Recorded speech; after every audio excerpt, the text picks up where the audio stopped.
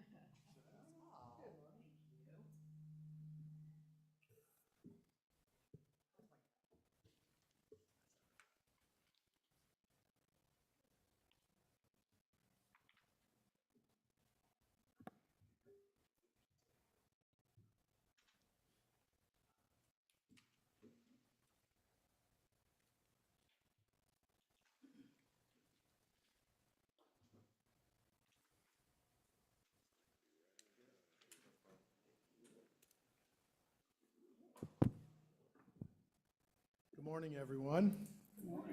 It's Monday, March 30th, 2026 at 9 a.m. The MPO board meeting is called to order. Now I'd like to ask Mrs. DeForest to confirm a quorum. Good morning, Chair. Yes, we do have a quorum. Thank you. Next, we'll ask the Honorable Mayor Dan West, City of Palmetto, to provide our invocation and then lead us in the pledge. Please stand.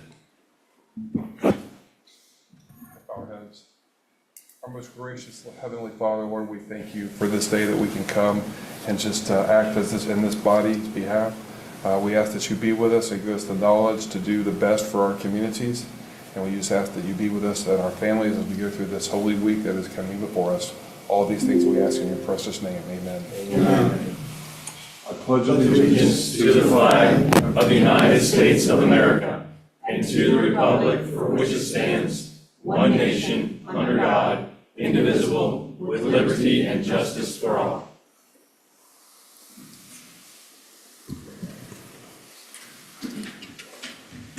Thank you, Mayor West. We will now open the meeting for public comment, including comments on any agenda items.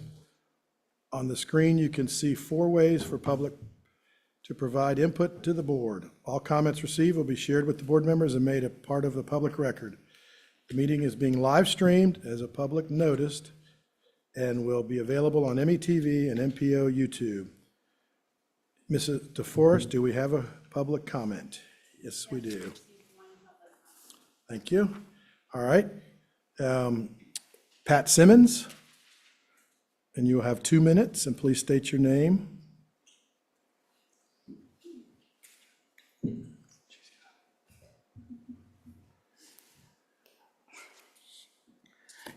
Good morning.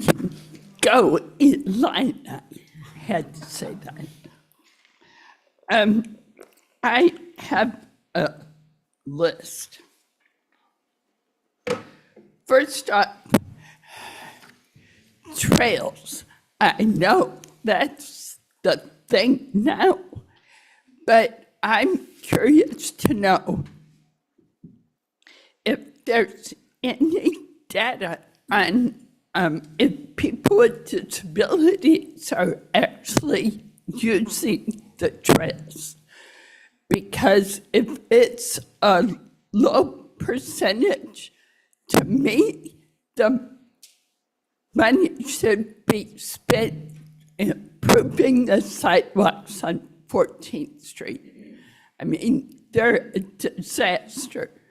The thing of it is with 14th Street as well, it's with the construction, they are leaving barrels and cones in the middle of the sidewalks, which are hard enough to maneuver without having to maneuver around those. I've had to call twice to get a barrel moved from a cutout ramp. So a person using a mobility device could even get up the ramp to the sidewalk.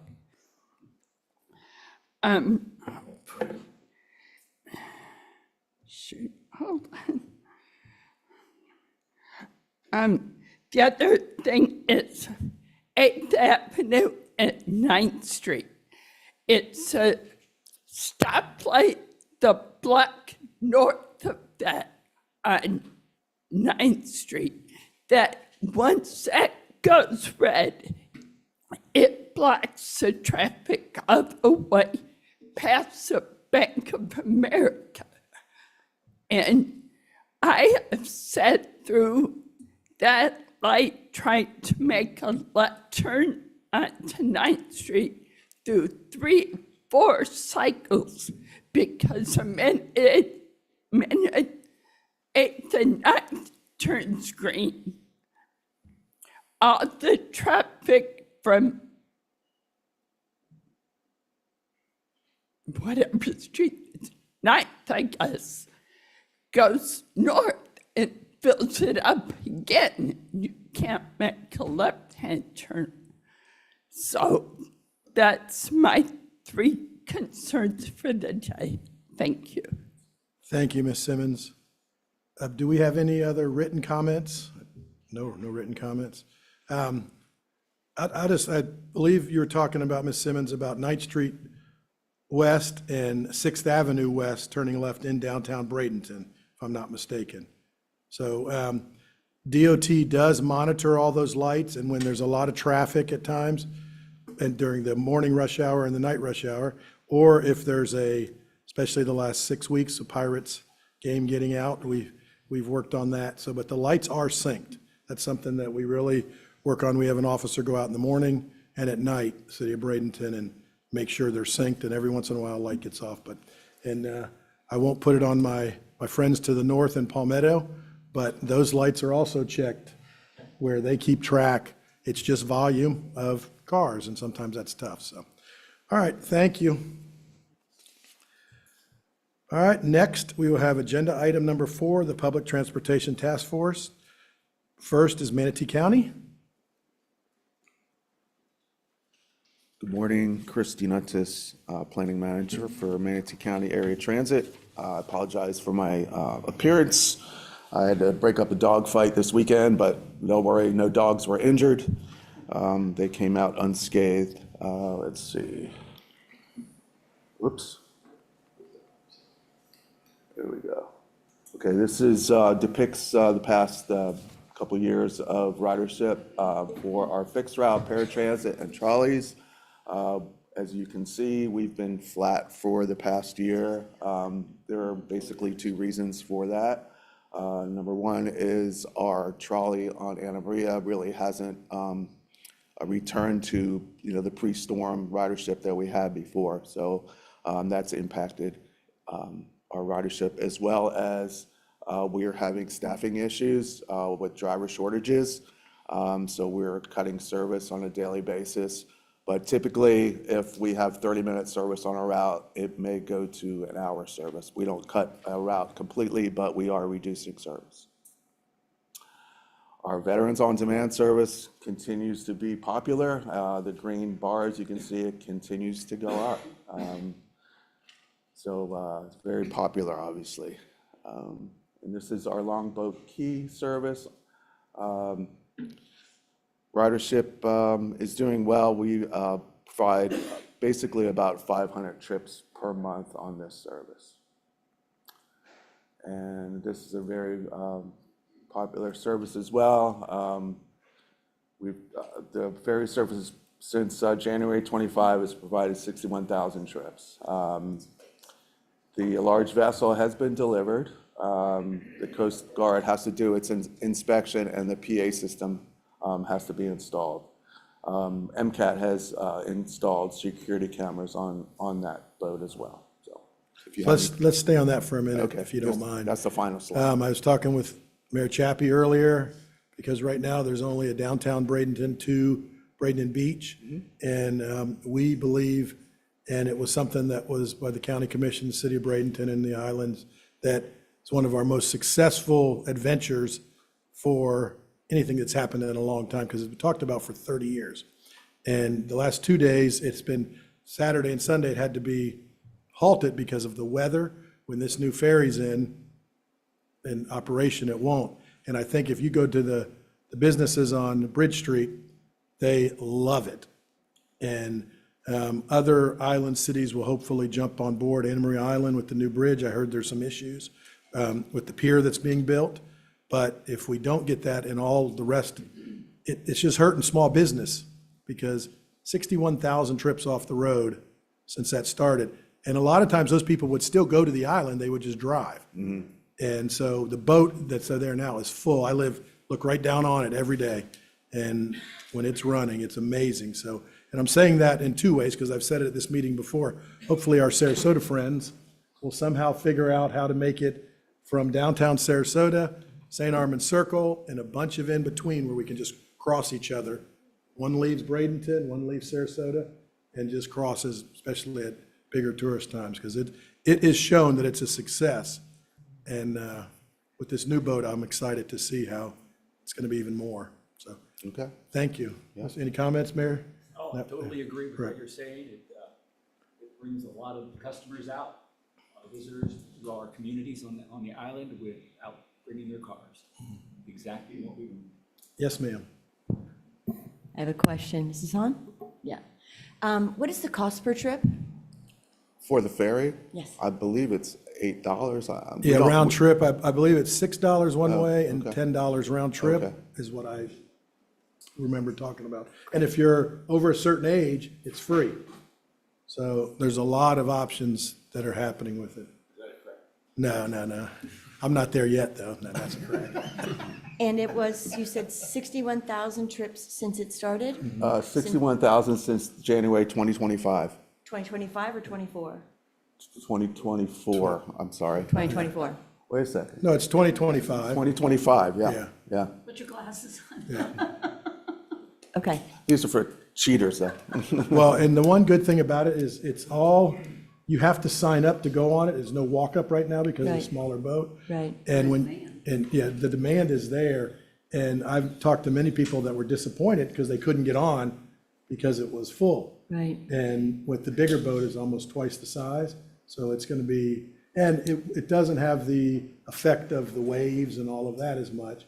And there's an inside and an outside. Wonderful. It'll be nice in the Wonderful. hot summer. We would love to include Longboat Key in that. Right, we all want, that's what I mean. Let's figure out what the stops are in between. Yes, sir. Yes, thank you.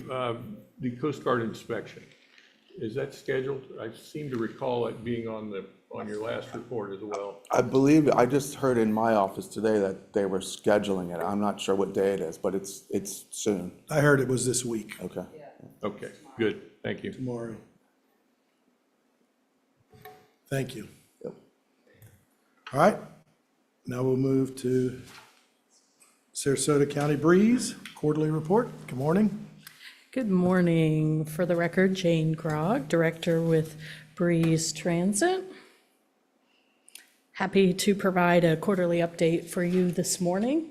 Similarly, you can see our total ridership year over year from 2024 through current. Happy to see those increases in fiscal year 26. This includes all of our services, our fixed route services, buses and trolleys, our Breeze Plus that provides paratransit, and our general on-demand service as well. For a breakdown of those three chunks of services, this chart shows a historical look at that. You can see seasonality and past hurricane impacts on that ridership chart. Some updates in our outreach efforts at Breeze. We've begun a transit ambassador program where we've,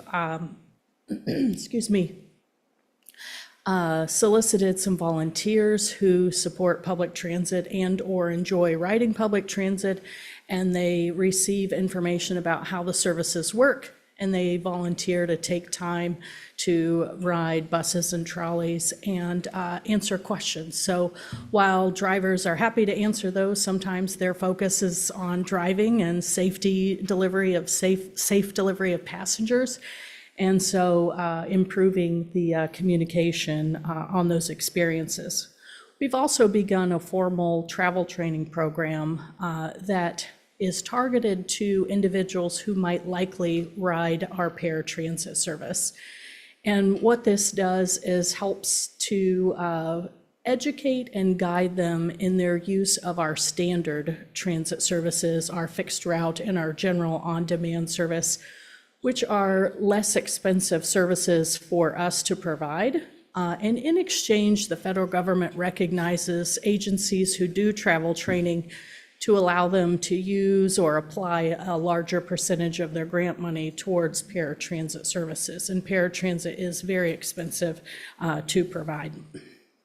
Additionally, we did our marketing benchmark study, and here's a little snapshot of one of the key pieces of information that came out of that, and we are very pleased with the increase in the positive perceptions of public transit in Sarasota County. Coming up at Breeze, we've got our spring service changes. Those are targeted for launch on April 25th. This is when we adjust our seasonal service. Route 33 is a route that connects Pinecraft community to Siesta Key, and their vacation patterns are such that many of them are heading back north, and so that route closes in the summer. And we're also making some other alignments at the same time so that our public communications can announce several changes at once. That includes the conclusion of our 76 flyer service from downtown to the airport. Those two destinations are still connected with routes 2, 8, and 99, and a change in our Siesta 77 trolley, focusing on Key only. There's some other minor tweaks that are happening around that time, and our operators get to bid on which routes they want to drive for the spring service changes. The other two exciting things that are launching on April 25th include mobile fare payment, meaning that individuals can pay for their bus trips now with credit or debit cards through their mobile phone, and an integration with the City Mapper trip planning. So you might use Google to plan how you get from home to this meeting this morning. City Mapper offers what all the public transit options are, will allow you to book on-demand rides that are within service zones, and it'll also let you pay through that app that I was talking about. So if you're planning your trip and you're planning on taking a bus, you can pay right in that City Mapper app to make that trip, and you use your phone and scan that on the bus. I think at the last meeting, there was some interest in the transit signal prioritization project. That has started, and from our operations and maintenance staff, they shared that it's functioning, but it's early and we don't have access to the data yet to share that. So we know that's important and we'll bring that back when we know more information. And the other big thing that's taking a lot of our time is that new service contract where we have commingled our trips for the Breeze Plus paratransit trips and our general demand on-demand service. It is a single provider, and they actually began this morning providing the paratransit trips, and we're expecting improved efficiencies by being able to use resources across both services and focusing on an hour service delivery as opposed to a by-trip delivery. So looking forward to seeing how that goes and what kind of outputs we get from that, and then we'll be sharing that information as well. Thank you. Thank you very much. Any questions? Yes, ma'am. The 76 trolley from the airport, I had a constituent contact me about that. They're very distressed that it's being concluded, you said. Is that for good? Yes, and you're welcome to send them to our office, and we'll help them figure out how the 99, the 2, and the 8 all connect downtown to the airport as well. Happy to help individuals if you want to send them our way. I will definitely send him your way, but can you just explain why it was concluded? I assume it was not profitable and there was low ridership, but It's what's potential. the official word? Could be multiple contributions. The Board of County Commissioners at a February budget workshop were looking at adjustments, and there's probably a myriad of things that contribute to that, priorities and budgeting, ridership, other various things. The 76 flyer was by far the lowest ridership of all of our services. And since we have the 3 other routes to serve that, I think that was probably an option to be considered, and the board decided to take that. Okay, thank you. And one more question. One of the things he noted was that the 76 was particularly adaptable if you had luggage. Does the 99 and the 2 also have that ability in case you have luggage? Which you would have at the airport, obviously. Not specifically. Those vehicles were outfitted with luggage racks, but individuals do and may take bags with them on any of our buses and can continue to do so as long as they're able to hold on or control it within their own space. Thank you. Vice Chair Mast? I want to additionally touch on that. So for the record, at no time is our public transit a profitable situation. Right. So I just want to clarify that. Second of all, I think our board thought long and hard with regards to this service to be provided to our constituents. And with budget constraints, we're very thoughtful about trying to find those areas that would have the least amount of impact to our citizens. And so I know that it wasn't a decision that was made lightly, but thank you for your thoughts. Yeah, and I assume the actual vehicle itself will be reused or used in another service, or? I think that remains to be seen, but it may be disposed the 2 of them may be disposed of as well. Okay, thank you. All right, thank you. Thank you, I appreciate it. Mayor Brown, just Oh, yes. one comment too. Yes. And thank you for providing the update, Jane, on the TSP implementation. That was one that was prioritized by this board. It was a good test subject for our TSP implementation, potentially region-wide. So the corridor on 41, when we're looking at those, is certainly going to be helpful. Data-wise, to tell us if that's something that's viable, something that the MPO can continue to invest in. So that was prioritized by this board. I wanted you all to be aware that that's moved away from the planning phase into the implementation, and we'll continue to fund those as long as they're successful. Okay, thank you. All right, we'll move on to item number 5. And first is the FDOT report. Secretary Driggers, welcome. You have any report? Wayne, nothing specific? All right. I'll ask you a quick question. It came up in our public comment about, and you weren't here yet, but I guess there's a lot of construction going on 41 and Tamiami Trail with trying to, I think, do some safety issues. but a lot of things are being left for the handicap where they're not able to move around during the construction. So I think maybe that's something if you guys could just look into. At 14th Street, right, it's around 57th Avenue and 14th Street, all the way to 53rd, I think, and I don't know if it's moving farther. But just if you can check on that for us, it would help the citizen feel a little more comfortable and make sure that, I got stuck in it the other day after I left the airport, and it's going down, they're pouring so much concrete, and I should have went the long way, which would have taken me a lot less. But I think even though on Cortez Road, those were put in, I think they're going on 41 now, because that's one of the toughest things in Manatee County as far as accidents and pedestrians. So thank you for getting that done. Yes. Yeah, if DOT is going to start working on Siesta Key and the North Bridge, Siesta Drive Bridge is, I believe you're going to begin the repair process. Some of our citizens out there are concerned about the lifespan of both the North and the South Bridge. And I was asked to ask you to give us an idea of what's the estimate on the useful life of both those bridges? Because they are the lifeline to the island. Offhand, I have to go back and talk with the team, but I could definitely come back with an update and give you that. I appreciate Projection of remaining useful life. Thank you. Yes, Vice Chair.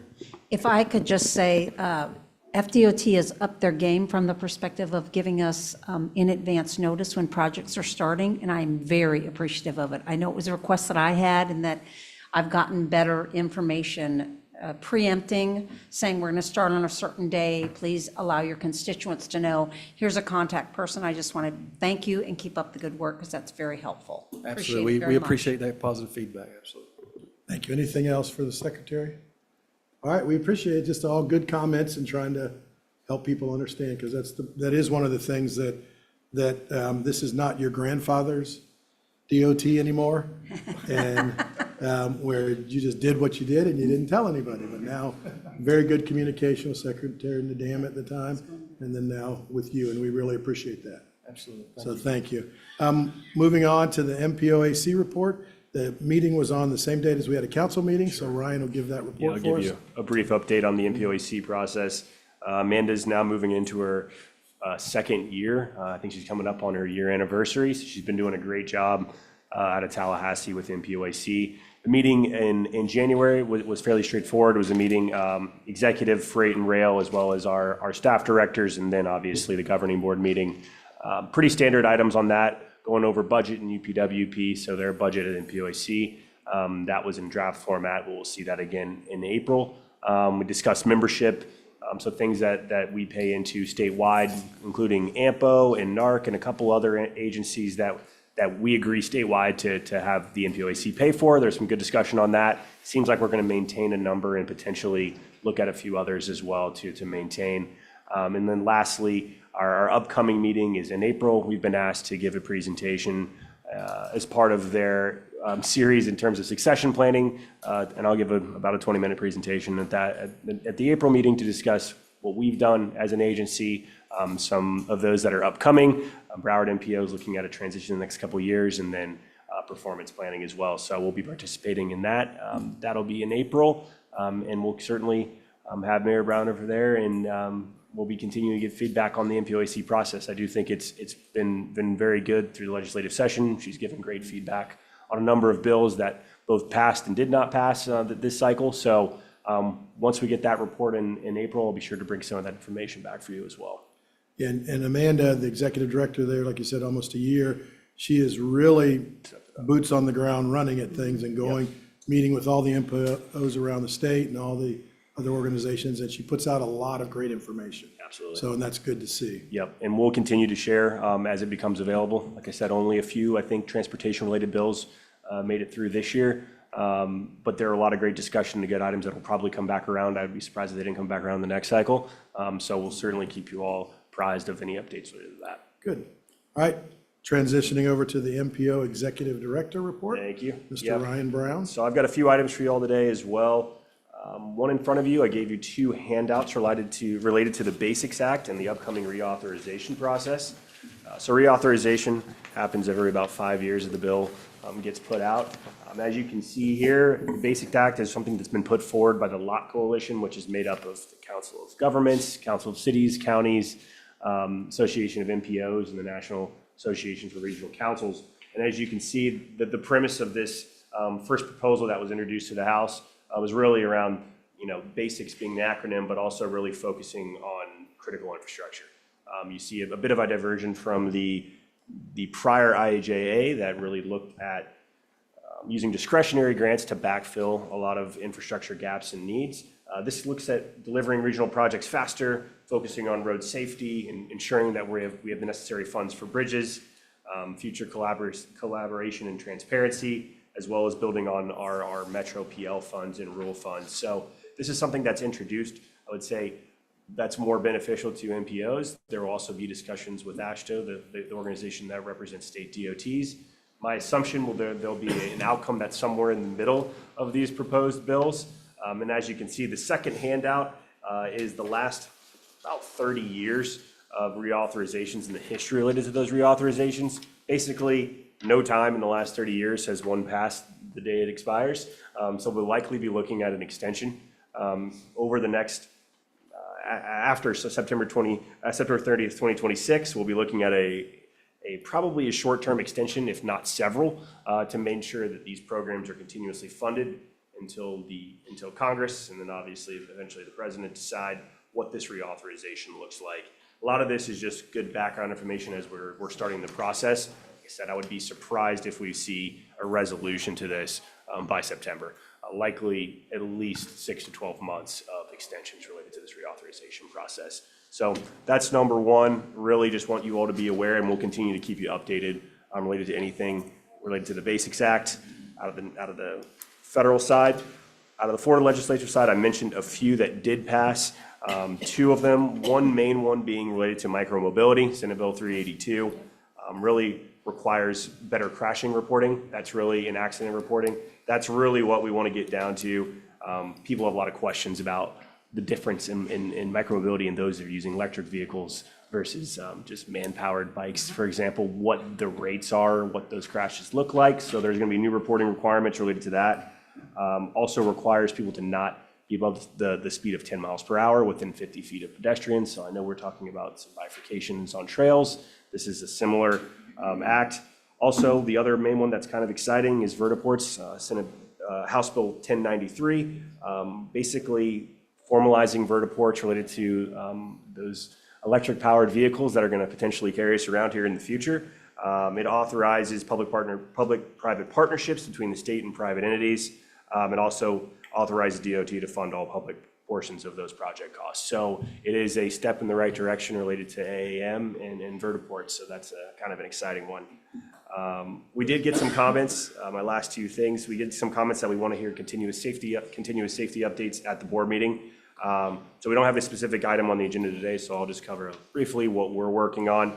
We did kick off our organizational safety culture study. We did have our great workshop last week. We had those from the public, committees, schools, and law enforcement there with us last week. We had some great one-on-one feedback. We got our consulting team, White House group over from Fort Lauderdale to help do some educational work for that. So that's underway, and we'll certainly provide input and feedback to you all once we kind of get that project up and moving. We're also continuing to collect safety data, and we'll also be looking at updating our crash assessment in the next year to make sure that you all have the best data available to make decisions. And lastly, I will add the ICAR agreement was finally signed by Southwest Florida Regional Planning Council, the last signature that was needed. So you all be getting executed copies of the ICAR agreement, and we really appreciate all of your support in getting those signed documents back to us. I know there was a lot of moving parts and pieces, but the ICAR is now signed, and it looks like we're ready and in good standing with the department to continue to do what we do. So that's what I have for my update today. All right, thank you. Yes, sir, Commissioner. Yeah, the electric bikes on the trails. I've been getting more and more feedback to the point where there's folks saying they don't want to walk the trail anymore. They don't feel safe as these electric bikes are flying at about 30 miles an hour. Did I hear you say that you're going to try to keep them to 10 miles an hour? That is what the new bill is proposing. That if you're within 50 feet of pedestrians, that is the words itself, 10 miles an hour when a pedestrian is within 50 feet. So with that, I feel like there's obviously a large step between bill language and then actual enforcement and Right. and carrying that out. So certainly that is something that's going to have to play itself out. That is what the bill states in its current form. Also potentially looking at it as a traffic infraction, not moving infraction. So fees and fines related to infractions to that. So how you go about enforcing that, I think that's obviously a discussion that would have to be done at the local level. The state bill, I think, is taking its first crack at potentially creating some better conversation around the topic. I'm not sure that they can have the means to just immediately enforce something like that without conversations with local government. Yeah, that's not unusual coming out of Tallahassee. No. One of the other questions I had gotten is what about helmet safety for kids riding these? Yeah, that would have to be similar, same thing. I think there can be state law put in place, right? It also comes down to just widespread enforcement. Same issue we have a lot with safety in general, right? We can build lots of crosswalks. The state's doing a great job on our state facilities, putting in safer facilities for all of us out there. It's a matter of continuing to understand human behavior and how we utilize that infrastructure. And ultimately, we hopefully through enforcement and through education are same thing. Hopefully there's no one as a child that's riding a bike without a helmet, but that's something that would require continuing education. I'm not sure that there is a mechanism to enforce that on a widespread scale at this point. Thank you. And I know that we have the same issue with the e-bikes now on our Riverwalk in downtown Bradenton because it is more of a narrow area. And our chief is looking into that because we had a big festival this weekend, BAM Fest, probably 15,000 people along Riverwalk. And you have a 30, 40 mile an hour e-bike trying to go there. So it's very difficult. So, yes, ma'am. What was that second point that you mentioned about the bill? That violations are non-criminal traffic No. infractions. You said micro-mobility, safety crash reports. And then providing related traffic statistics related to those. So that's kind of I think the main outcome is when, officers have to go and report the type of crash. It's only bike, ped, or auto. Okay. So they're creating a separate indicator on the report itself to say that it was a motorized vehicle, essentially. Thank you. And that any infraction, therefore, would not be criminal, but would be related to as a moving infraction, similar to a parking ticket, essentially. Yes, Thank you. ma'am. Yes, with regard to the e-bikes, are they required to be registered? No, ma'am, not at this point. But they're allowed to go on main roadways and all of that. Yes, yeah, there's gray areas, there's stages of them, yeah. So Yes, could I sir. just take a chair? Just a comment to your point, Madam Coker. I think if these e-bikes go over a particular like 30 or 45, I thought I read that you actually have to have them registered and you have to be of a certain age. Yes, those are then changing into being actual motor vehicles. So if Correct. it's under, Moped. if it's under Yes. 30, yeah, then it's an actual, like a 49cc scooter where you have to have a plate and all that, et cetera. Yeah. You don't have to, there is no, my other point is, as a motorcycle endorsed motorcyclist as well, there is no endorsement for any of those things. It's still under 50 cc's. So you are technically able to operate a motor vehicle without a motorcycle license. That is another question I think that could be raised at the legislative level. But yes, there are a lot of gray areas, I think, appearing in this market, for example, and then people utilizing essentially motor vehicles on trail facilities is, I think, what perpetuated this bill to come about. Once again, enforcement, I think, is a whole other question of how this translates into the real world. There's a lot more discussion, I think, to be had.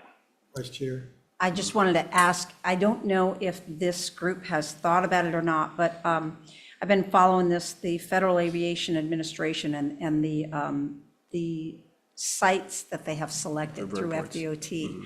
I would like to see this group take a very proactive approach to either getting a representative to come speak about it or for us to have a really hard look at it, because I think we should be picked as one of the sites to, and I reached out to Amanda and she said that, I think they picked 12 statewide, if I'm not mistaken. Yes.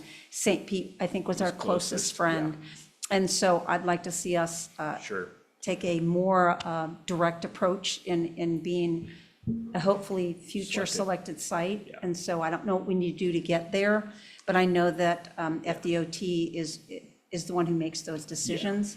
And so our friends at FDOT, we'd like to clearly let you know, we would like to play nice in the same sandbox. So I think it would be very good opportunity for this area, especially when it comes to allowing some of that ability to take those riders off the road, especially those that are traveling I-75 to commute back and forth to specific locations. Sure. So Yeah, I appreciate that. absolutely, and we'll advance that. I've been to a number of trainings and informational sessions regarding the AM and potential vertiports, and yes, certainly, we have some great sites, I think, obviously. Absolutely. Most are.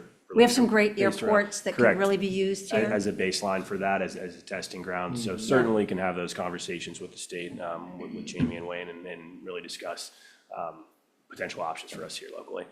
Thank you. Perfect, thank you, good dialogue. Getting into the MPO chair report, first off, anybody in the audience that serves on any of our boards, could please stand up and as volunteers and non-elected officials that put their time in, so. All right, we just have the one, thank you, Mr. Landefeld.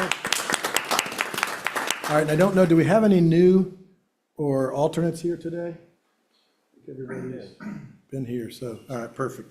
All right, and my short report will be very short. It's just basically, as we look out there and look at our new executive director, our new assistant, office manager, and very seamless so far, it seems like, and that's one of the things that I think that's why you're giving one of the reports at the next MPOAC and doing that. Yes, sir. For succession plan. And kudos to this board over the years that's really made it from the original to Dave, now to Ryan, and really see some positives going forward. Yeah. And I think that's the opportunity, and to make sure that Ryan wants to stay here forever and retire here one day. And this board will be totally different at that point, but thank you for what you're doing. Nothing again about old, so, yeah, but I just think that it's the opportunity, and Yep. Sarasota Manatee MPO so far has done a great job at continuing that. And obviously, anybody, your predecessors and the predecessor before that, have done a great job at moving in and making us important in the state, and you do that. We've got the political part of it, but you've already done a great job at stepping up, and we appreciate that, so. Absolutely, thank you. Appreciate it. Yeah, and I look forward to being here a long, long time. I grew up here. Yeah. Looking forward to giving back and contributing as much as we can. I think that's the goal, and we're doing some great things and some great projects, so looking forward to it. All right, well, that's all I got. We'll now move on to item 6, the consent agenda. Mr. Brown? Yes, sir. Thank you. We have a number of items here for you today on the consent agenda. Most are standard operation, but there are a few at the end that I'll add a little bit to as well. The first item, Sarasota Manatee MPO regular board meeting minutes of January 26, 2026 in Charlotte County, Punta Gorda. Sarasota Manatee MPO's joint meeting minutes of January 26, 2026. Sarasota Manatee MPO committee reappointments and appointments. Updates to Sarasota Manatee MPO policies, really just date changes I'll get into a little bit later, some others as well that we're going to be redoing a number of policies and just reevaluating, make sure they're up to snuff and make sure that we're heading in the right direction. Ratification of the transportation disadvantage bylaws, that's a standard operation on an annual basis. A UPWP amendment to our budget. Really, this is related to de-obligation and roll forwards as we move into a new UPWP. You'll hear about that from David a little bit later on. Designating Manatee County government as Community Transportation Coordinator, CTC, for Manatee County. That's another process that needs to take place in order for them to be the purveyor of transit services in the county. The last two I will add a little bit more to. Our audio-visual system, we were able to work through a state DMS contract to get our AV system under contract finally. It took several months, but we do have a project team put together. Looking at a June delivery date. We've got that in CAD right now, so they're working through final designs on that, potentially having that done by June. So we'll look at potential meeting options here over the summer and how it works, get a test underway here as soon as we can. And then the last is the legal services contract amendment. We do have a new, as you all probably know, Paul Gugelman did pass away. We did need to update our legal services agreement, so we've identified the new attorney from Sarasota, and basically looked at how we were paying for that service as well. And we moved to a more retainer-based service rather than a pay-by-fee and pay-as-you-go. That's been done by the MPOAC as well as a number of MPOs around the state. So moving into more consistent operations with other MPOs and our statewide organization to make sure that we have consistent access to legal services as needed. So those are the two that I will add that are probably not just your annual updates. So with that, I will look to pass this agenda. A motion for approval? Commissioner Smith, and seconded by Vice Chair Mast. Is there any other discussion? Hearing none, all those in favor say aye. Aye. Anyone opposed, same sign. Carries unanimously. Thank you. All right, next is action items, starting with 7A Transportation Improvement Plan. Tip, be presented by Wayne.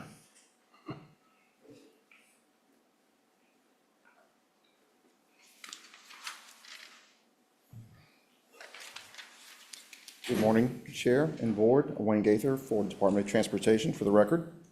You have two tip amendments that have been presented before you. One has to do with Federal Transit Administration funds. They're being added to the MPO. They are both meeting the thresholds and requirements for a tip stip, which is a good thing. And as such, would be requiring your approval for these actions. The second has to do with the project that we have in place. It is from State Road 72, from east of I-75 to east of Proctor Road. We have got, again, a need for additional funds to be added in taking care of some utilities, which made the cost go up, and they exceeded the thresholds for the MPOs. So to make those adjustments to the project itself, we presented a tip stip for MPO approval. Okay, any questions? So hearing none, I have a motion to approve the Transportation Improvement Plan amendments. All right, Commissioner Smith, Second. second by Vice Chair Mast. And Wayne, this, thank you especially for the State Road 72 work. It was great. all right, any further discussion? Hearing none, this will do a hand vote. So everyone in favor, raise your hand. All right, unanimous. Anyone opposed? Motion passes unanimously. All right. And then next is item 7B, 2026 list of project priorities. Nina, thank you. Good morning, Nina Venter, MPO staff.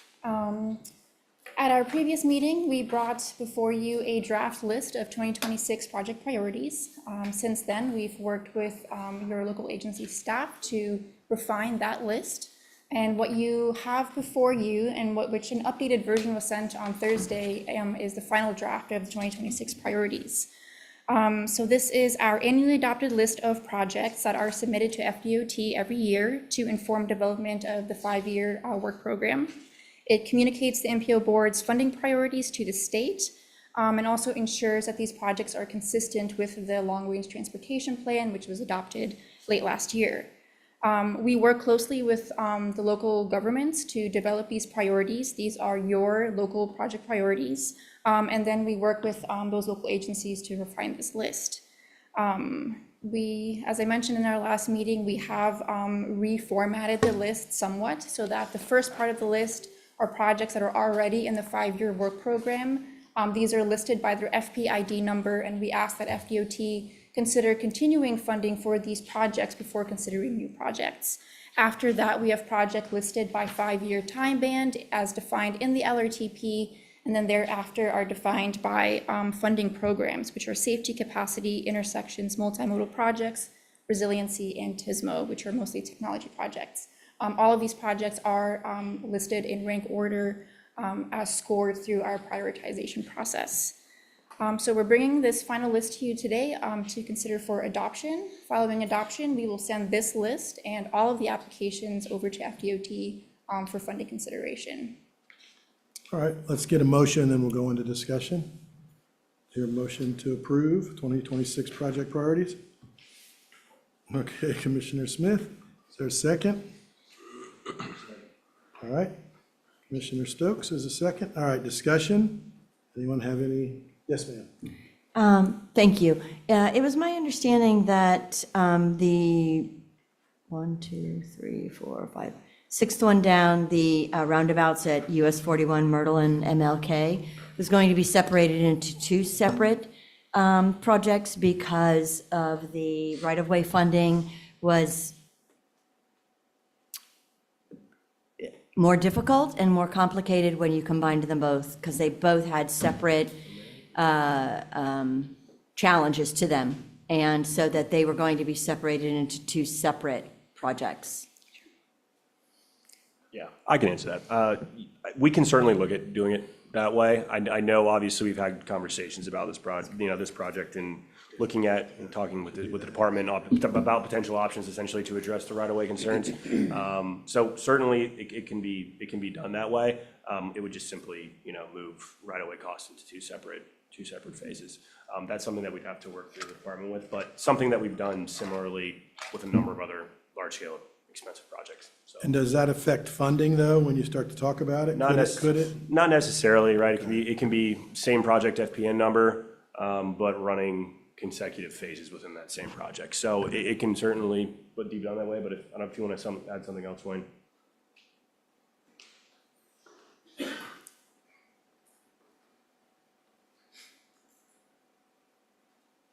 Wayne Gaither for the Department of Transportation again. Actually, I may have jumped up a little too soon. Ryan covered it very well. Yes, it could have some impacts basically on projects, but then again, we would have already had issues or impacts with projects based on funding, which is why we were talking about splitting them to begin with. The intent of the document, though, is really to help us determine what projects that we are going to be looking at in this region as priorities, and we do work very closely with the MPO staff on addressing those concerns.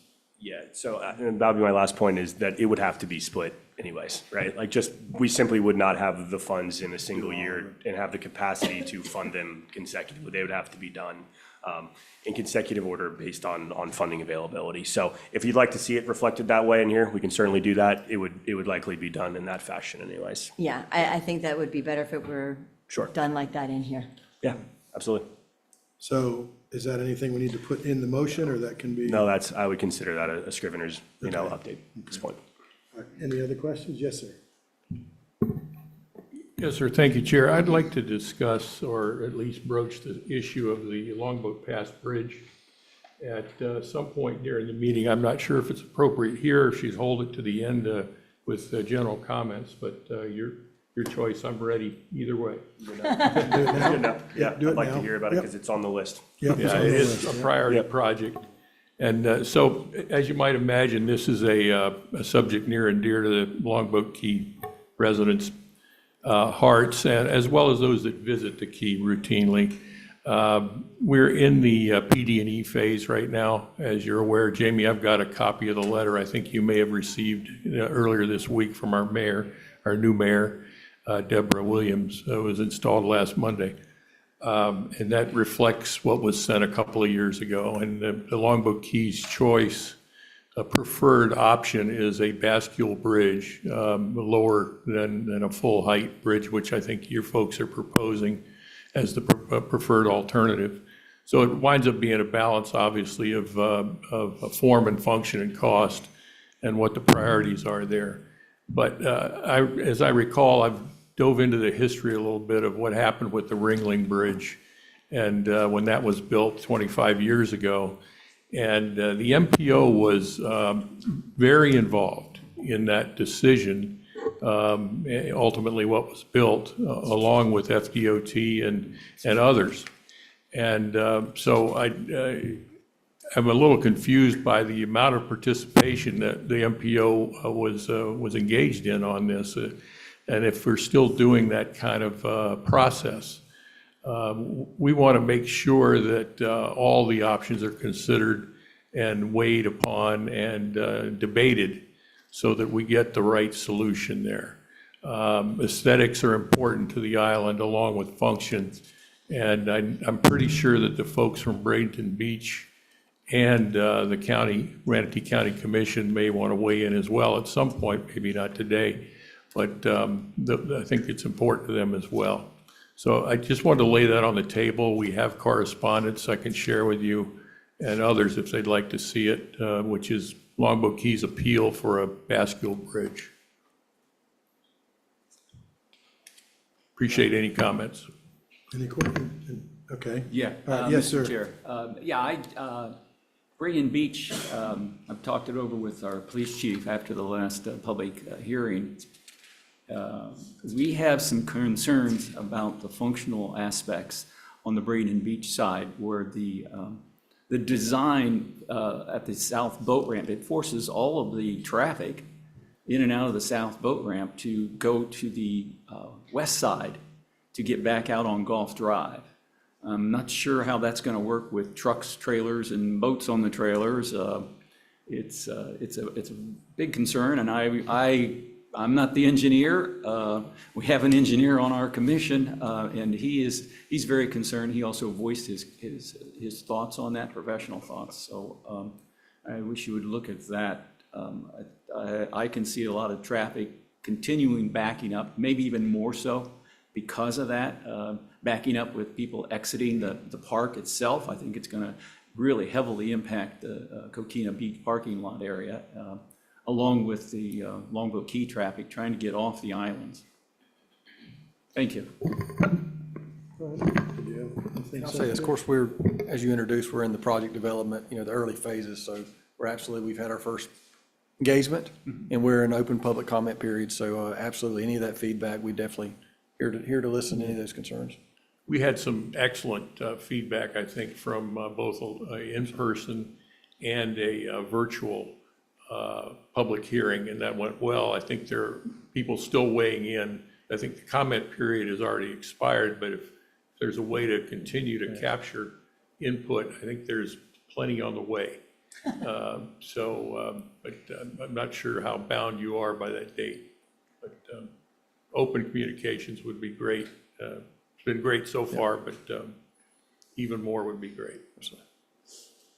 All right, thank you. We have a motion by Commissioner Smith, second by Commissioner Stokes to approve the 2026 project priorities. Great discussion. We'll move forward with the vote. All in favor, say aye. Aye. Any opposed? Carries unanimously. Thank you. All right, next we have 7C, and it's the FDOT MPO Joint Annual Certification Report.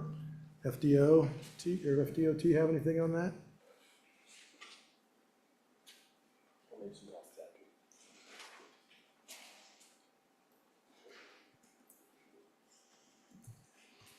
Again, Wayne Gaither, Florida Department of Transportation, and as I've been informed, this is the best MPO that we have the opportunity to work with. I will expect the certification in the mail from you, David, on that one. In all seriousness, though, it's been great working with the staff of the MPO. Even with the changes that are in place, we see nothing but great things happening. I guess the most important component of the joint certification is they were considered low risk again. Again, we'll be able to continue business with the requirements of a low-risk MPO, which is basically meaning less paperwork on a routine basis that goes through. But with that. No, I'd add, and yeah, we work closely with the department on this on an annual basis, obviously off-cycle of our quadrennial with Federal Highway, but we do this annually. They survey timesheets, our invoices, things like that, and review them annually to make sure that we're up to par, as Wayne said, continued and maintained low risk going forward. So we'll continue to bill on a quarterly basis and work with the department on reimbursements. We also utilized some new technology this year, utilizing smart sheets. I think that made the process a lot easier for FDOT. We're able to kind of upload and transmit all this data in one go. So I think we're creating measures of efficiency related to that as well, but always glad to work with the department and keeping our ability to maintain and operate an MPO in the region.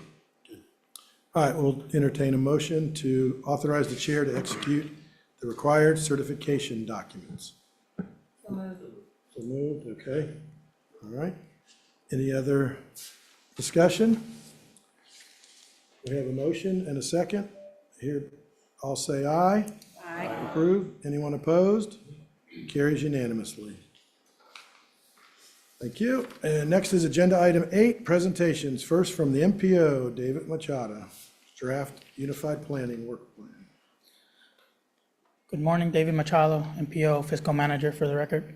So our intent with this presentation is to kind of give you guys a snapshot of what the UPWP cycle looks like and what it will look like towards the end of the year.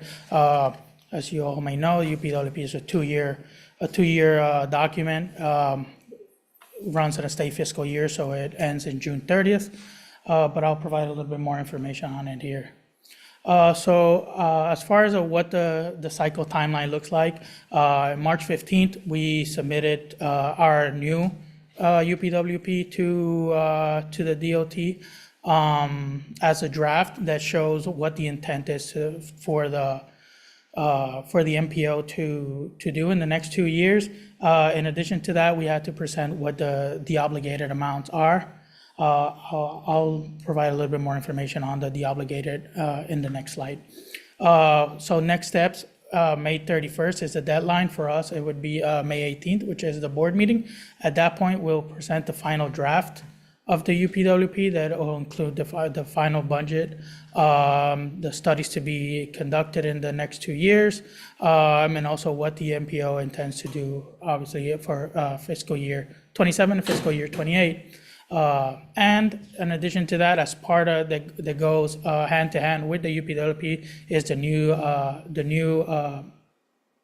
FDOT MPO agreement. So it's basically the funding agreement between the DOT and the MPO that allows the MPO to access the funds to be able to do what the UPWP says we want to do. And June 30th.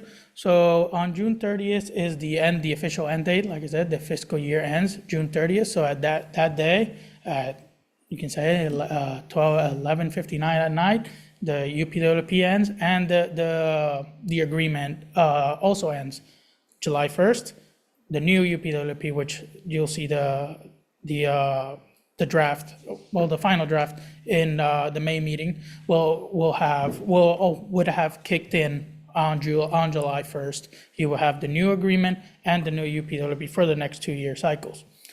The last key date is September 30th, the end of the federal fiscal year. That is, as many of your organizations grant agreement, it provides for 90 days to do the grant closeout period. That is the MPO's grant closeout period. So we have 90 days to be able to submit the final invoices, do any last adjustments that need to be done to the UPWP, and close out the process. So as far as the obligation, these are the obligated amounts that the MPO submitted this year. So we have submitted $390,000 in the obligation for the PL funds, $507,000 in SU funds. Little note on that $507,000. Most of that funds, if not all of that funds, have already been contracted out to the current studies. I will follow up a little bit on the studies in my next slide. So even though we're de-obbing that amount, by de-obbing, the process of de-obligating funds from the UPWP allows the MPO to seamlessly transition from one fiscal year to the other and not have to wait for the new funds to kick in to be able to continue operations. So we worked this year, we did something differently. We worked very closely with our consultants teams when we were developing the scopes to have actual projected expenses of how much money we're gonna spend through the end of the year and how much money of that project it's gonna be work done in the next fiscal year. So in the intent to become more efficient as an organization, this allowed us to have the numbers, more precise numbers, and by that create a more seamless transition to the next year, so where no delays in project deliveries, study deliveries should happen. Here is the studies that the MPO currently is running, and the planning team will provide a little bit more information on that as far as the studies. But as far as the financials, here is the amounts of the obligated funds per study that are part of that 507. There is a difference in funds from what's shown there, from what is from the 507, and that is due to a project that we are proposing for the new fiscal year that may start before then. So it's roughly $140,000 if my memory serves me right at this point. But I just wanted to give you a quick glance of what the budget is for each study that's moving into next year and give you the tentative end date of when they will be concluding. Our new UPWP, these numbers are preliminary. That. Preliminary. Haven't had coffee today, I guess. So as Ryan mentioned, we're heading into the new bill. So until that bill until it is not executed, approved, we would probably working on CRs. So the budget, as you may see, the budgets for PL and SU are the same for both years until a new bill doesn't come out, the new authorization doesn't come out. These numbers are likely not to change that much. Projections are they may change maybe 3%, if that. As far as you see the deobligated amount for both the PL, you see the deobligated amount for the SU. The local fund contributions, it's also included there. That deobligated amount for local is estimated. We won't really know until the end of the day because that fund is more fluid. And as far as the TD is set by the state, those numbers are still tentative since the budget wasn't approved. The last time I talked to the TD Commission, the bill hadn't been approved by the state. So, but it shouldn't change. As far as FY28, same thing. We're working on projections.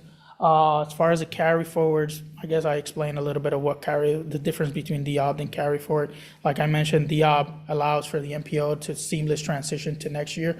Whatever's left in the UPWP that the MPO didn't project as a DOB would move into the second year of the UPWP. So it's not that we lose the funds, it just moves to the second year of the UPWP. And with that, that's pretty much everything I had to present. I'll take any questions if All there's right, any. questions? Okay. All right, hearing none, thank you. Perfect, thank you. Next is item 8A, and it's the draft Joint Transportation Regional Incentive Programming, the TRIP. Nina, thank you. Thank you.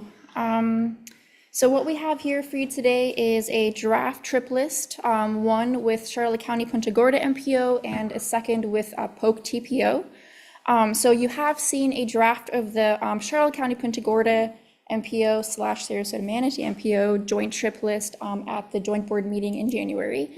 There were no changes to the projects on that joint list, save for the Manatee County project, which was swapped out at the request of the county. Other than that, the order of the projects remained the same. The funding request stays the same. And so we'll kind of hold that one for next. And then the second project list is the Polk TPO joint list.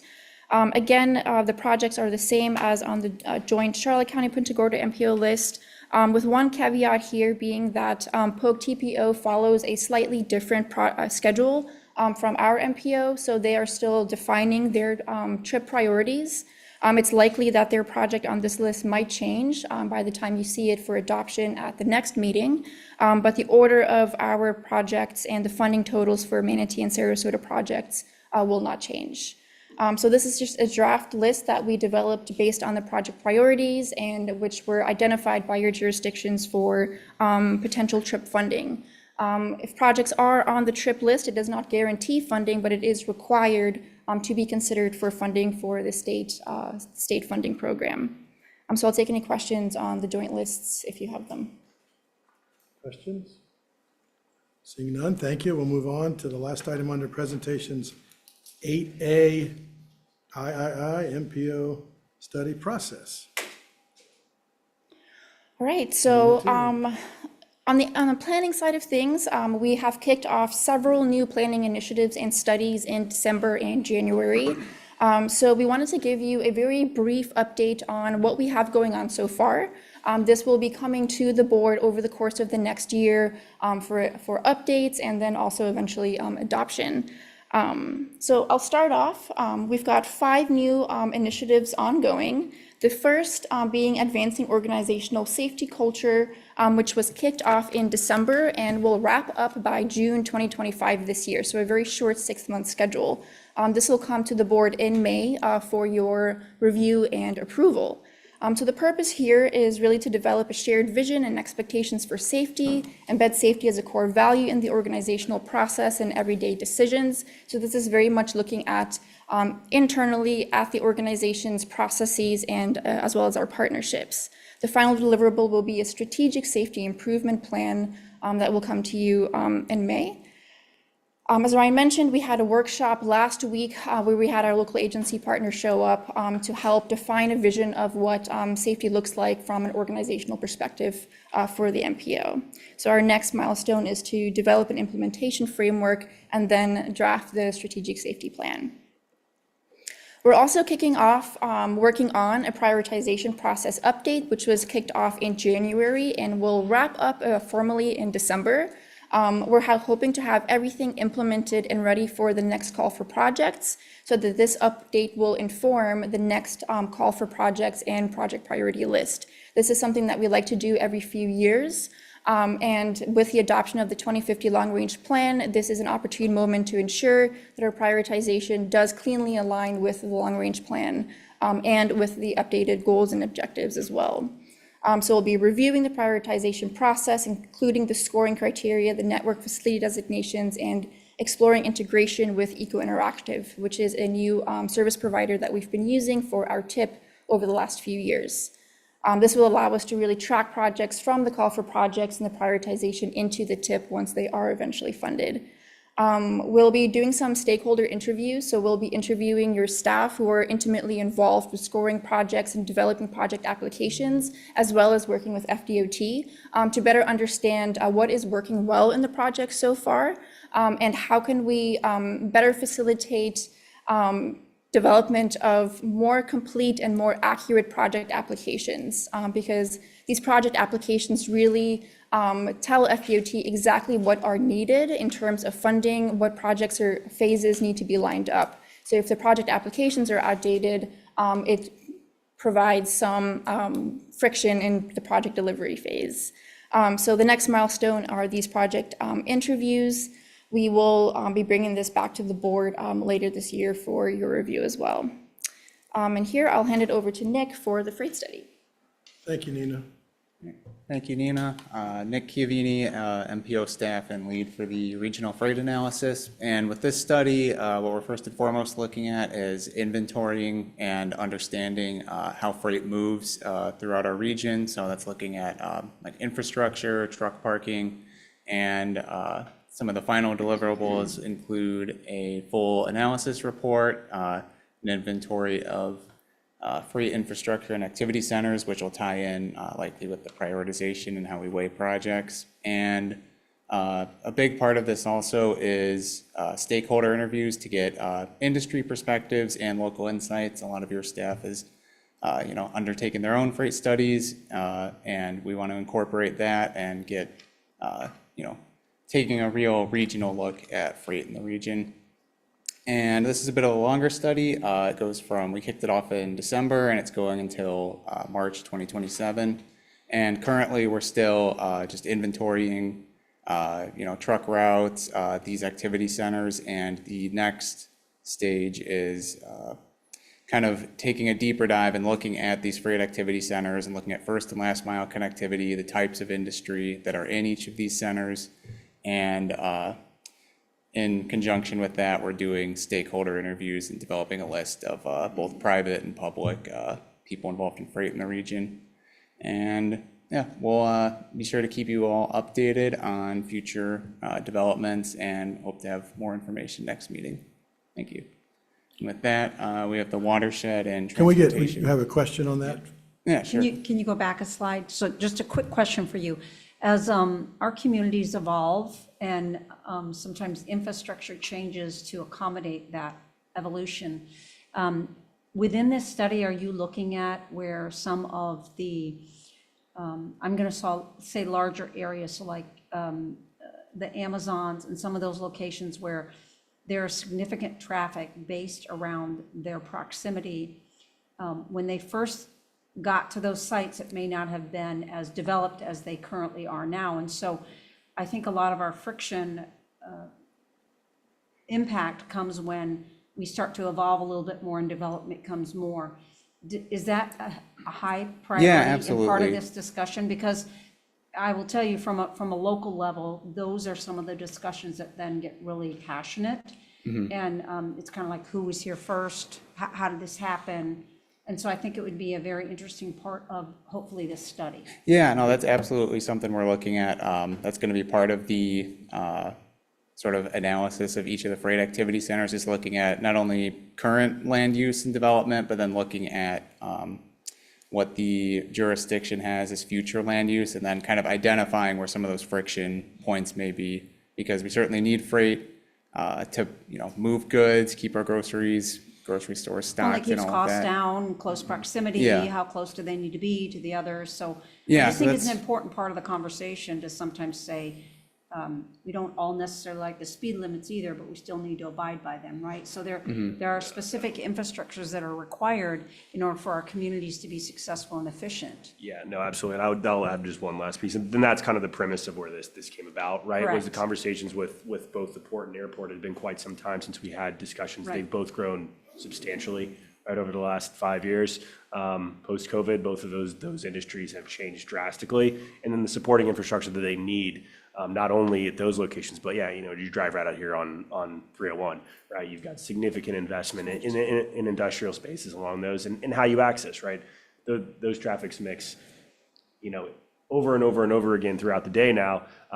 They were maybe not always intended to be that way, right? So we have to make sure that we're updating infrastructure, in hand as we see those types of growth. I mean, when we started working, when we were in this office over here 10 years ago, half of those didn't exist, right? So we're dealing with a significant mixing of traffic that was not here, and that's what this study and Nick is kind of relying on, is redefining some of those activity centers is one thing. Where we thought our freight occurred before certainly has changed. So making sure we understand that, and then ultimately finding implementable projects that we can go out and say, this is going to help address said issue. As you mentioned, those can be contentious conversations about where you place those activities and how they operate and mix with, your single-family homes, for example.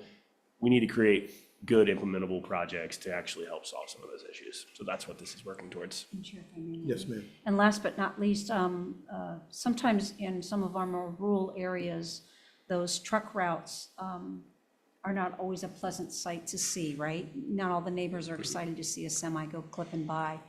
And so I hope that is part of the study as well, as far as, again, these are public roads.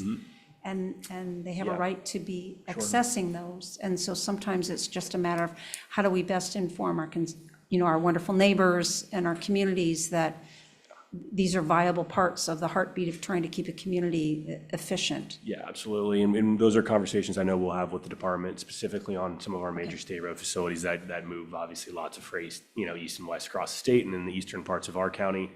Said somebody that grew up there, obviously have seen a significant change Yeah. in the type of traffic that we see out there as well. So those will be conversations, and doing our best to mitigate those, and having really well-defined freight corridors where we have potential to not mix those uses so heavily.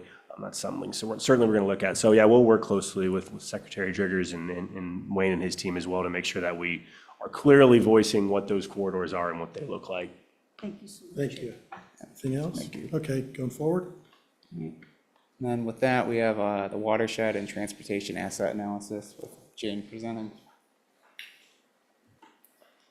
Good morning, I'm Jane, I'm the MPO staff.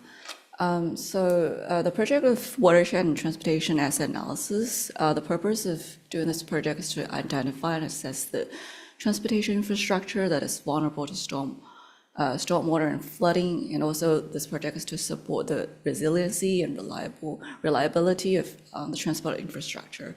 So this project is projected to start from January and end January 2027, so it lasts for roughly 12 months. Right now, we're at the stage of doing data collection and integration of different reports has been done within our jurisdiction boundary. And next stage, we are going to perform the transportation asset analysis. The final deliverable is going to be a resiliency dashboard along with the final report. Stakeholders interview has been pretty much wrapped up this month, and we'll kick off the stakeholders workshop roughly from next month. The regional transit study is to understand the unmet needs of existing transit services, evaluate the transit options, and collaboratively create a plan that addresses the regional transit need. This project will last a little longer, so we have kicked off last month, and it's projected to finish at July 2027. Right now, we have been working along with our consultants to assess the existing transit network and doing a review of the reports within our jurisdiction boundary. The next stage is we're going to give more updates in the next committee meeting. We will give you more updates on the defining regional transit needs. The final deliverable is going to be an implementation plan with responsibility matrix. We will kick off the stakeholders interview and workshop next month, and the interviews and workshop will last for roughly throughout the whole project's life cycle. If you have any questions, feel free to ask. That's pretty much about the studies we're working on at the moment. Any questions? All right, thank you. And you'll see, these are short-term, as most of these have just been kicked off in the last couple of months. You'll see a number of updates coming back to you as we kind of evolve here, get feedback along the way, and then ultimately, like I said, the goal for each of these, with the LRTP kind of being just completed, is these are all primarily implementation plans. They're all things that we take those larger concepts and ideas that were defined in the long-range plan, put them in these more executable size studies that we come back to you and provide your staff. These are great projects that you could look at doing. We might have some funds to be able to help do those things and get them built, because that's what these plans are there to do, is to help us execute and get projects done. All right, thank you, Nina, Nick, and Jane, for those reports. And now we're at the agenda item 9, which is member comments. I'll look to my left. Any member comments to the left? Anything to the right? Yes, ma'am. Thank you, Chair. I just wanted to publicly thank Secretary Driggers. At the last meeting, I had asked for, I gave him a laundry list of things in the city of Sarasota, and he offered a meeting, and 5 members from his staff met with the city. We met for almost 2 hours, and almost everything, and that was not that long ago, 3 months ago, maybe? Almost everything on that list I can check off, except for long-term, like the roundabouts. It was incredibly productive. They were prepared. They knew about everything we were talking about, and it has just gone down that list and really helped the city, and all of them were safety. So that was just really responsive and speaks to this relationship we're talking about. So thank you.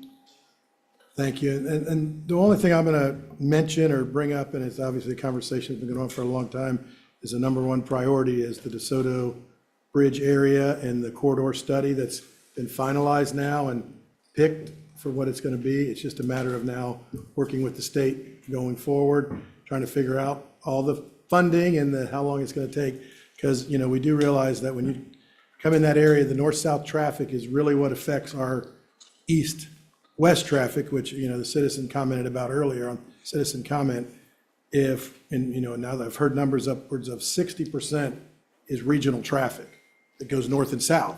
So if we could get that 60% somewhere else, just think if our east-west traffic moves that much quicker. So we appreciate the secretary, and obviously when we were up there meeting during the year and things are being talked about, we know there was some changes, but hopefully that's being looked at. And from the citizen standpoint, they want to see action, and that's what we're here to represent. So we appreciate that. And I would add, Mayor Brown, we've been in contact with DOT staff and their consulting teams, and they've requested a presentation for the board in May. So we will have an update on that project in May. Good, perfect. We appreciate that. Anything else? Executive Director Ryan Brown? No, sir. Thank you very much for being here today. We're trying to be as efficient and productive as possible. I know we're doing good on time today, so we'll have a probably busy meeting in May, but we appreciate all your feedback and time you put into this board. It certainly is a is an important role that you all play as commissioners and mayors and council members. It is, vital that we continue to invest in our infrastructure, making sure that we're doing as best as we can for the citizens. And I think one thing that'll be important, because we always have to have a quorum of 9, I think it is. Yeah. So if you do get your emails and you know you can't come, Let us know. respond to Kelly so she can make sure. And then if you do have alternates on your board, make sure that they know it if they can come, because it is, we don't want to have a meeting that we don't have enough people to even vote on the important things. So we appreciate everybody being here today, because it ended up being a big group. But we appreciate it. There's nothing else for the good of the order. Our next meeting is May 18th, right here at 9 o'clock. Thank you. Adjourned.